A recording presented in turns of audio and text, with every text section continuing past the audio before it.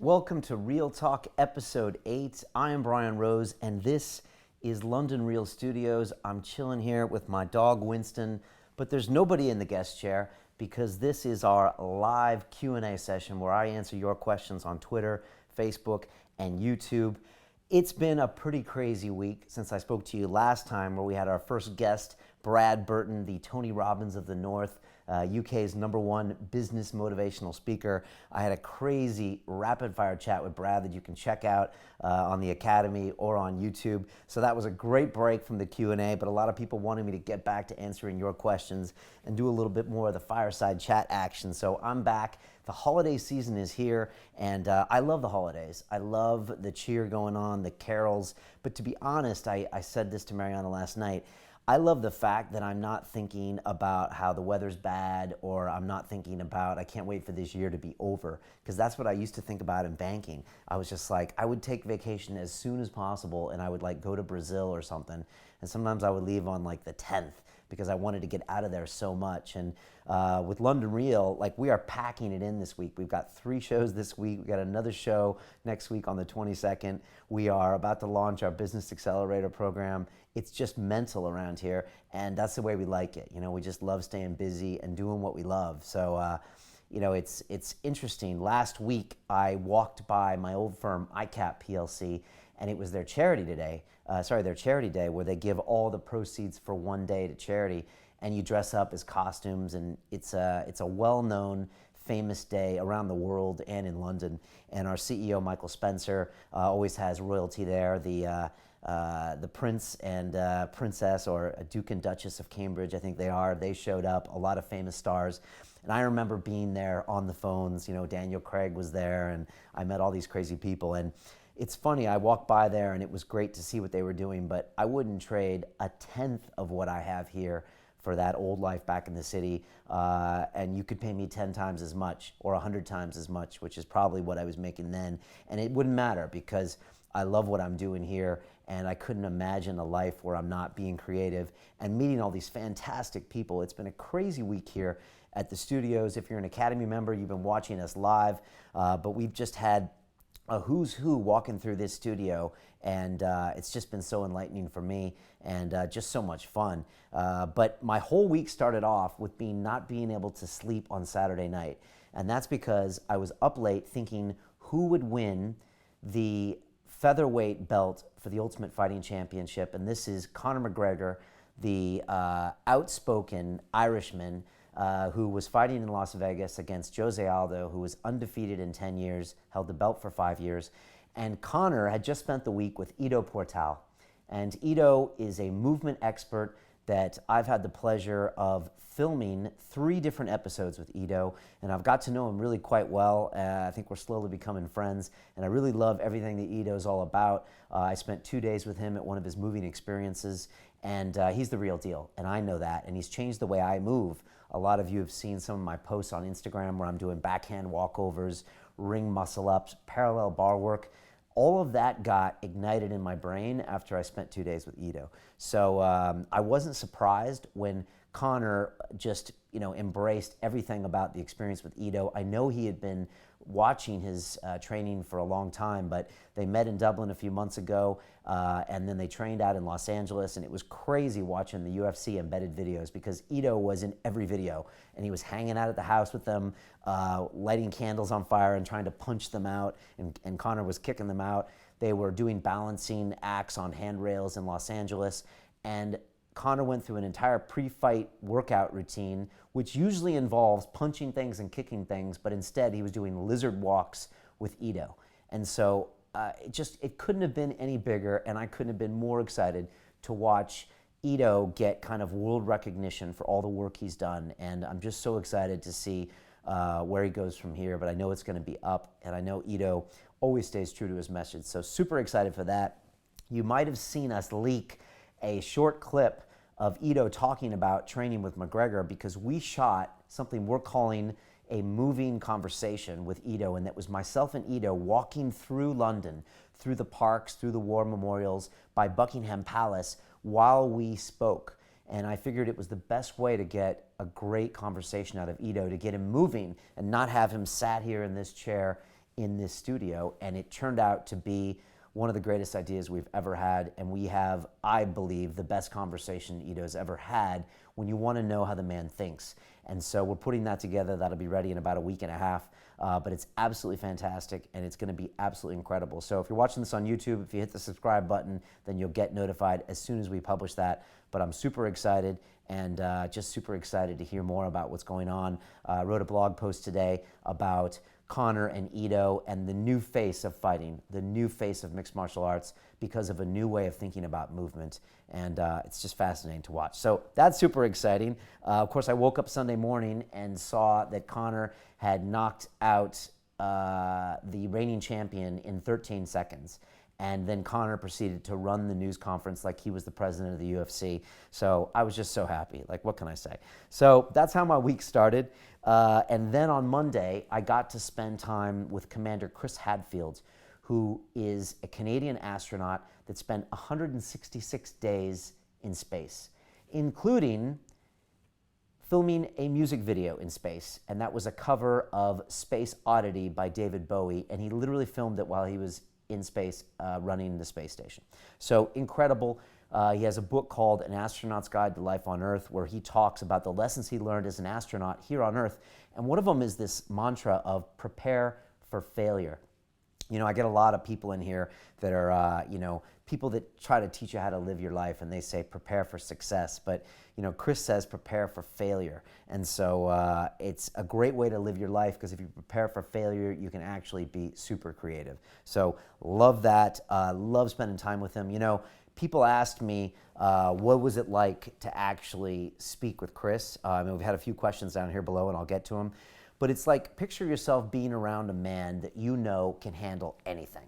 And there's some type of alpha male vibe going on, but Chris was just amazing. He really appreciated the preparation I had done for the interview. He thanked me afterwards. He said, next time I want to take you out for a beer in London, and he's going to come back and we're going to spend more time with him. So super excited about that. If you're an Academy member, of course, you can watch that show right now live on the Academy. If you're not, you can wait about 4 or 5 weeks and we'll have it out on YouTube and free for everyone. But it was just special for me. I was so excited just because as an astronaut, what boy didn't want to be an astronaut, or girl? And so I was just super excited. Chris had been on my radar for 2 years, and it was just great to finally get him here. So that happened Monday.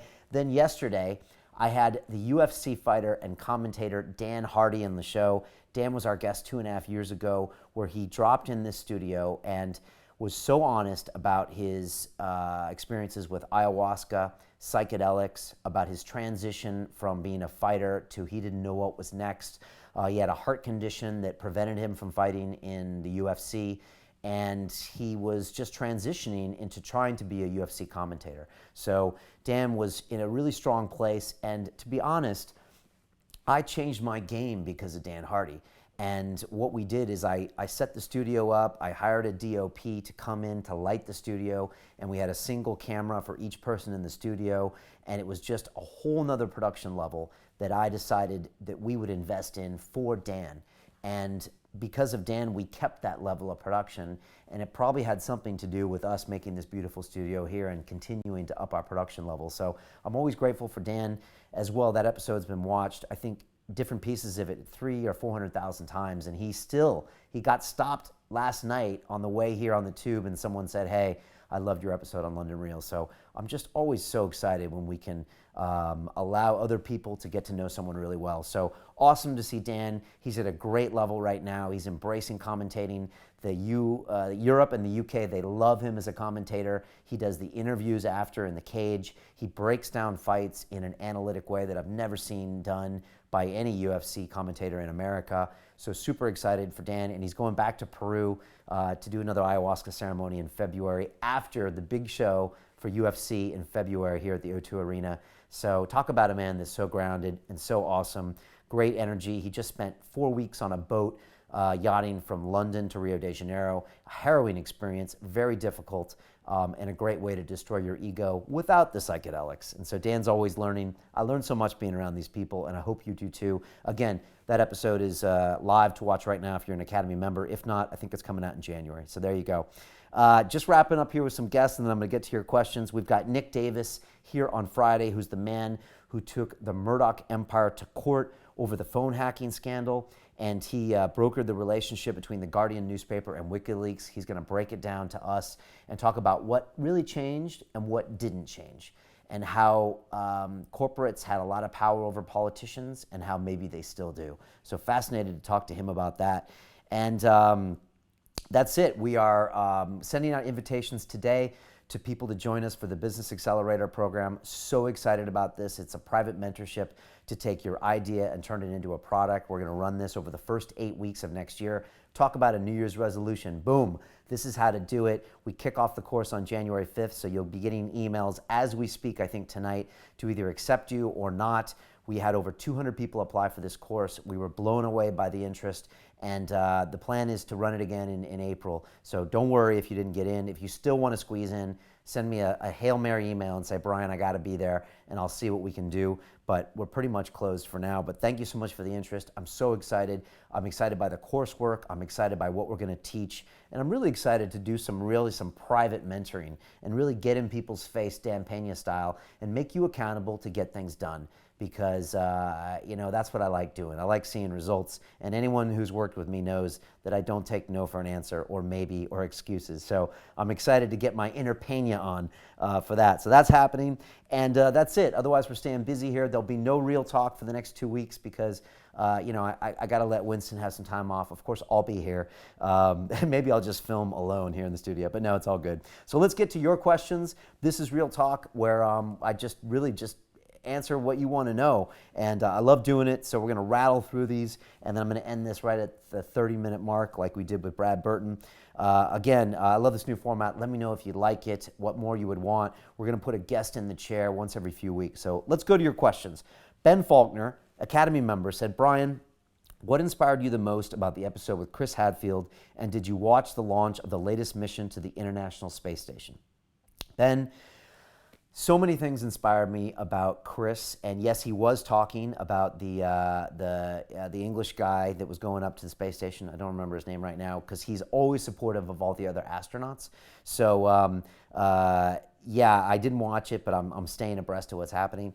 You know, what inspired me the most about Chris is really it's this selfless nature of what it means to be an astronaut, and the way that they've learned how you don't take a guy like Buzz Aldrin and Neil Armstrong and bring them back to Earth after they've walked on the moon and then let them get on with it.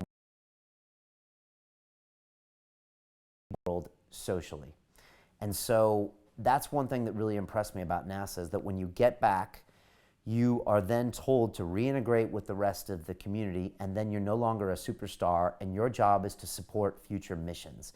And so there's no real ego. Chris doesn't walk around and say, I commanded the space station. He's very real. And I again asked him, I said, don't you get tired of this message? And he said, you know what, Brian, I had the honor of getting paid to train, to use taxpayer money to get on the back of a rocket and go up there. He's like, I owe the rest of my life to exploring this message, to letting people know about what it was like to be an astronaut. And he's so congruent with that. When you're around Chris, he's got this energy of, he's just there, he's present, he's real, and he's constantly looking to challenge himself and live his life.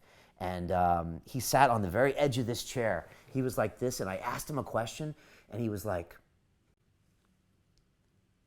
he would pause for like 6 seconds, and he gave me a real answer. And this is a guy that's been interviewed probably thousands of times, and yet he gave me real answers to real questions and really thought about them. So that's what I loved about Chris. It was absolutely amazing. Plus, he used to be a test pilot, and if you've ever seen the movie The Right Stuff, it's an incredible film about these cowboy test pilots out in Edwards Air Force Base in America, drinking whiskey, riding horses, chasing women, and flying planes out of control, breaking the sound barrier, putting them into flat spins, ejecting through the parachute. And so I had to ask him if that's what it really was like.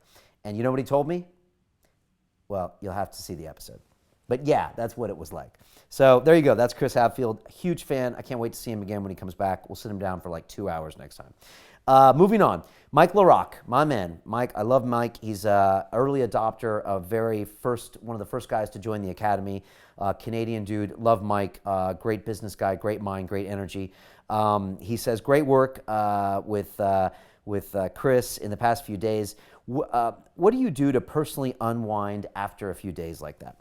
You know, Mike, that's a great question. You know, to be honest, we had to come in early and get ready for Chris. So we were setting the studio up for a couple hours. Again, prepare for failure, which is what we do here, so we can be successful. But I was high all day long. You know, for me, that puts me on a crazy buzz, and it meant I trained better that day. I created better. We finished up a few modules for the Business Accelerator, like on a high. I had a few meetings, we had staff meetings, and I was just jacked. It doesn't get much better for me to have an interview like that with such not only a key person of influence, but someone who's just monumental, and then to keep working and do all the things I love doing. So I didn't really need to unwind. I just wanted to get home, tell Mariana about it, tell Gabby about it, but Gabby's not impressed with astronauts or Icemen. Well, she was a little impressed with the Iceman, actually, but Gabby's not impressed with my guests. But it's just good to kind of go home, I chill. But to be honest, the next day I had to interview Dan Hardy, and tonight I got to interview Nick Davis on Friday. We got lots to do, so I really just try to stay focused. I used to get a little stressed out with 3 interviews during the week, but now it's just business, so it's cool. I'm actually used to it now. I can kind of handle it as long as I put the work in. I put the work in a few days before, make sure I'm prepared, ready, and then I'm good. So hope that answers your question, Mike. Brad Burton was asked last week when he was here, and I thought I would address it, how much is enough? Because Brad was saying he doesn't do things to buy Lamborghinis and fly in private jets anymore. So he asked someone on YouTube chat, how much is enough? And, you know, it's a good question. You know, I was at ICAP Charity Day last week, like I said, and you know, it's a funny thing how much is enough. Now, when you live your life and your dogma is to, say, amass a certain amount of money, then how much is enough comes up, and it's a real question that you have to answer. But when you're doing something you love that challenges you, that you couldn't think of doing anything else, then the how much doesn't really matter so much. And so the funny thing about London Real is that while I sit here and I want to conduct an interview that's an amazing piece of content for you to watch, and one that I really hope will be watched for not only 1 year, 10 years, 100 years, but I actually think that someone 1,000 years from now will watch my interview with Chris Hadfield. Maybe that's my ego, I don't know, but I think it's going to be a beautiful conversation that was captured. But more than that is that even if you weren't watching and I wasn't being paid and none of this was around, I would still treasure the opportunity to sit down and talk with Chris Hadfield. So for me, it's just, I'm winning all the time. Like Charlie Sheen used to say, I win over here, and then I win over here. I'm always winning. And so if you can set yourself up to do something that you love, whether you get paid for it or not, whether you get recognized for it or not, then it's just a win-win-win scenario. And then you don't have to have that question that says, how much is enough?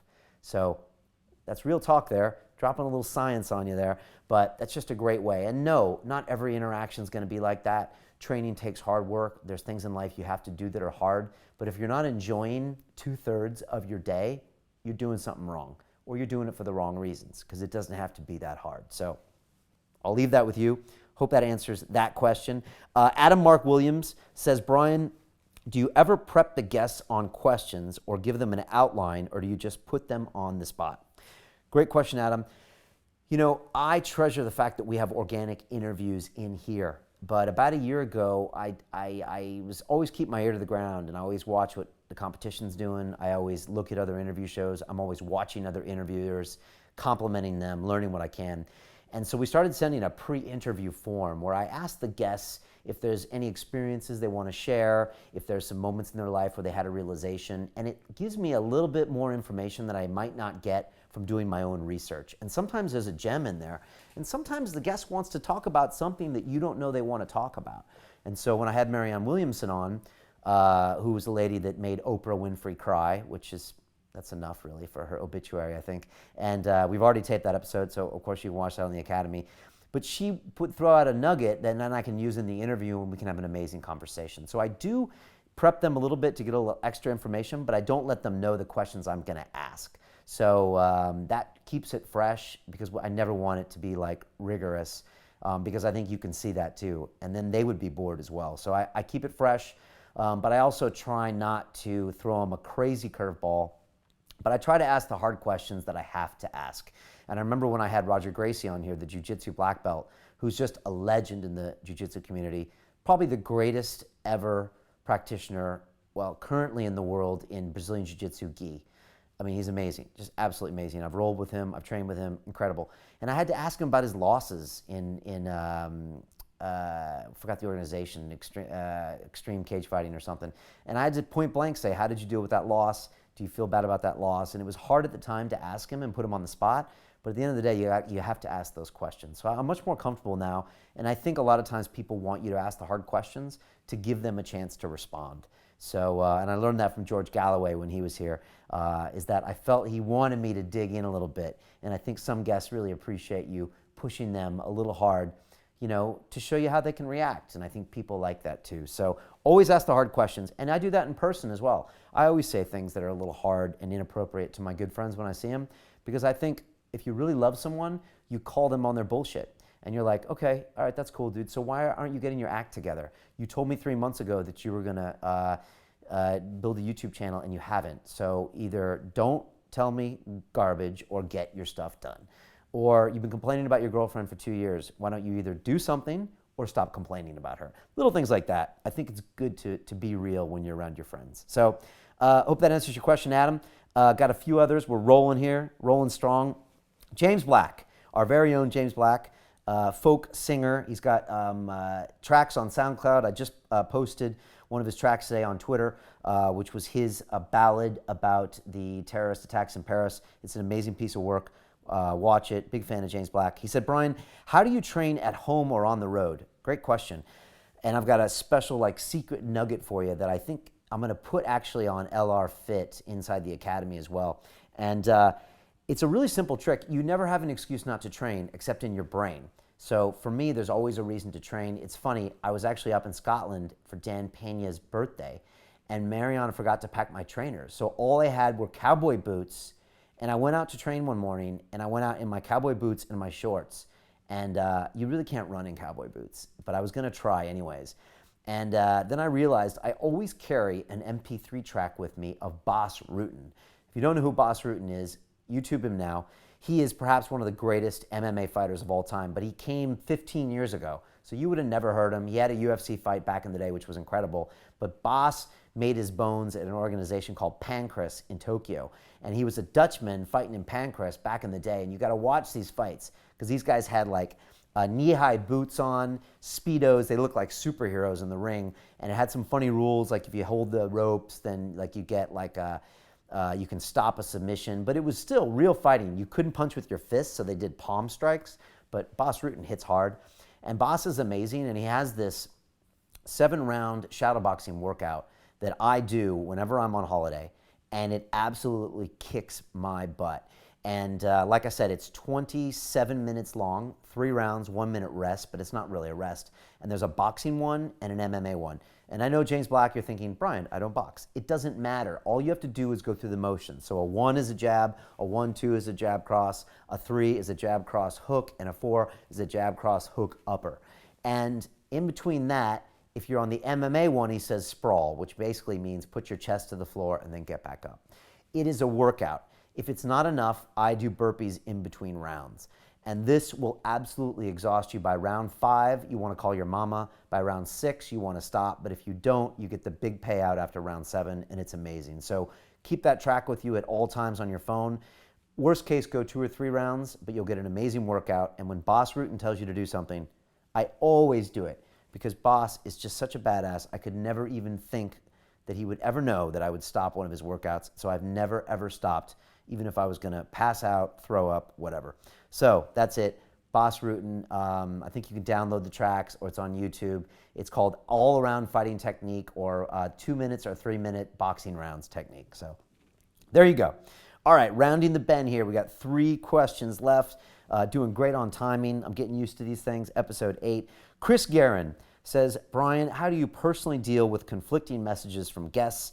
I.e., one guest says you may sleep 4 hours is all you need. The other says 8 hours. Chris, great question. The most obvious conflict of guest messages in my life is probably Tai Lopez versus Dan Pena. Dan Pena comes on and says, don't read any books. I've only read one book in my life, which that might actually be true with Dan. I don't know. He's an extreme guy that does extreme things. Tai Lopez comes on and says, read a book a day. So people stop me in the street and said, Brian, what do I do? First of all, don't be asking me what to do. I think you should make your own decisions about what you do, but I'm happy to answer some questions every now and then. What I say is they're both right. And you know what? They are both right. In certain situations, you want to be looking through a book a day. Now, I don't believe Tai reads a book a day, but I think he skims and reads through a book a day, which I think is a great art to master. And I remember I was out in LA with Tai, spending some time with him up at his Hollywood Hills mansion before he got his Beverly Hills mansion. And he's like, Brian, it's a discipline not to read a book all the way through. And I was like, what are you talking about, Tai? And he said, a lot of people read a book, and then the next day they pick it up and read a few more pages, and the next day they pick it up and read a few more pages. He said it's discipline to put that book away and pick up a new book and force yourself into some new ideas. And I think Tai's on to something there. I think if you can constantly force new ideas in your head, quite honestly, like I do with the guests on London Real, I got 3 people getting up in my headspace this week. It's going to rub off on me. If you can do that with books, I think it's a great way to generate ideas and get what James Altucher said, what James Altucher called idea sex, where you get all these ideas in your mind and you make headway when you connect ideas together. Like, where does nutrition hit spirituality? Where does fighting meet flow? And then you have these great ideas. So I think Tai's onto something with that, definitely. But Dan Pena is also right, because as I said in my TED Talk, research is procrastination in disguise. And that is never more obvious to me right now and with the people I meet. And sometimes when people ask me questions, it means they don't want to make a decision and be accountable and face the resistance that comes with trying to create something. I should say that again. But usually people are researching when they don't want to be held accountable for making a decision about their life, because then they know they're going to face resistance and a fear of success and a fear of failure. So most of the time, you shouldn't read another book. You shouldn't Google search it. You should just effing do it. Really, most of the time, you should just effing do it. And 9 times out of 10 this year, just effing do it was the right thing for us to do. And one time, it was the wrong thing. But damage control with that, for that one, was less than 10x. So if you do the odds, we won this year, and we won big this year. I've been really happy with the progress we made, but it all came from starting before we're ready. That means doing things that you're not ready for. And we've been doing that. And if you do that with your life, and this is going to tie in with the last question that I have today, then you're going to win. Always put yourself in a risk profile situation where you're inviting risk in every day. Matter of fact, if I'm not taking risk on a regular basis, I get bored, I get listless, I get depressed, I get aggravated. So make sure that you set yourself up for that kind of risk. But to answer your question, Chris, I think there are great messages in what everyone says, and on the surface, you might hear 2 different messages. Chris Hadfield, prepare for failure. Some people might say visualize success. 2 different messages, but I think 2 non-conflicting messages. And I think more than anything, you want to feel their energy. So do you get something like in your lizard brain from something they said or something they felt? Yeah, I think you do, and I think you can go with both messages. 2 more questions left. Robert Caputo, who hit me with this question, I think a couple weeks ago, but he's asking me again, and I respect that, Robert. My question is, how do you find the balance between work, family, and me time? On one hand, I want success in my business to support my girlfriend and daughters. On the other hand, I want to be with my family physically and support them that way. I hear you, brother, and I got a girlfriend and a daughter as well. And, Monday we came in early. We interviewed Chris Hadfield. We had meetings all day. We worked on projects all the way to the night. I got home. My daughter's asleep. And so it kills me that I can't spend time with her, because I need to spend time with her and we need to vibe. Even if it's not doing anything, it's just being around each other is super important, even if it's not accomplishing a specific goal. And so it kills me, and I would really like to be there with her more often.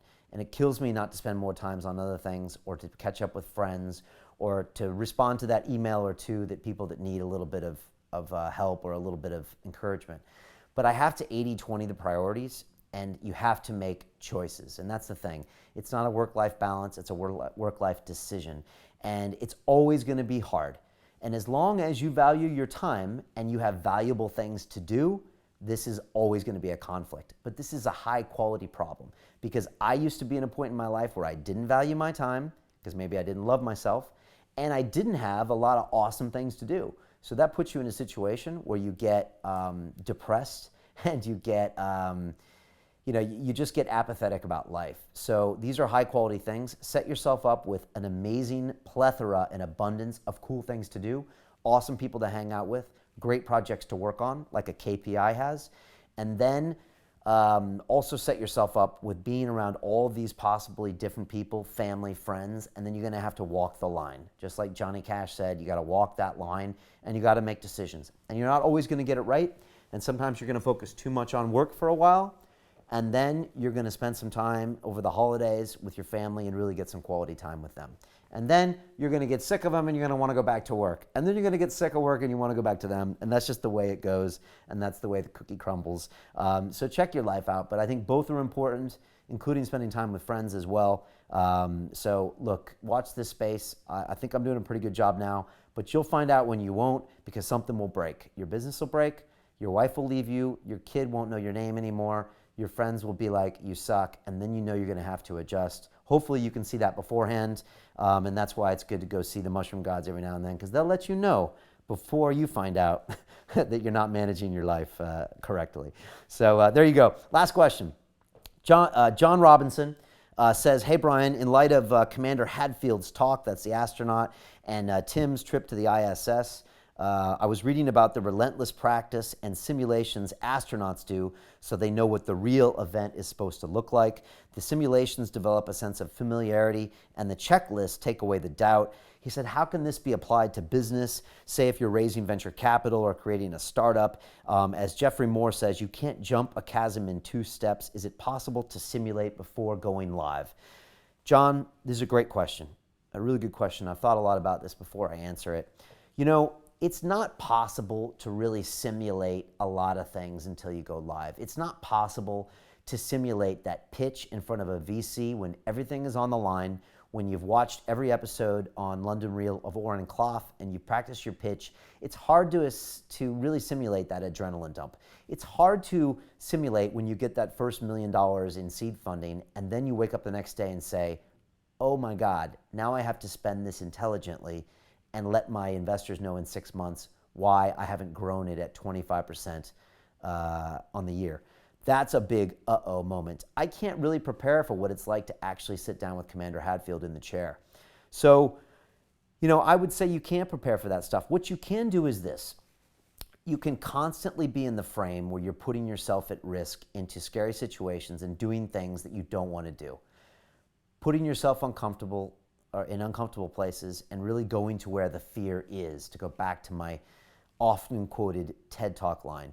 And if you're comfortable with every day being out of control to a certain extent, then you can roll with this stuff. And you can recognize when your monkey brain says, oh, let's not do that, let's go home and let's be quiet and let's go read Twitter for a while because we know there'll be no risk there, then you can know that you have to say, no, we're not gonna do that. We're gonna go into the heat. We're gonna go into the darkness. So practice risk-taking a lot. Put yourself in uncomfortable situations. Make that phone call to someone. Arrange that meeting where you have to pitch.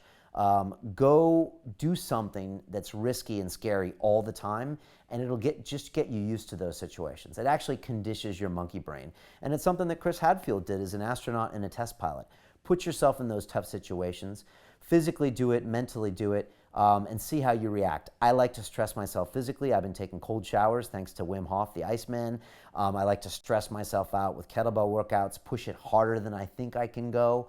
I like to do the breathing exercises till I think I'm gonna pass out.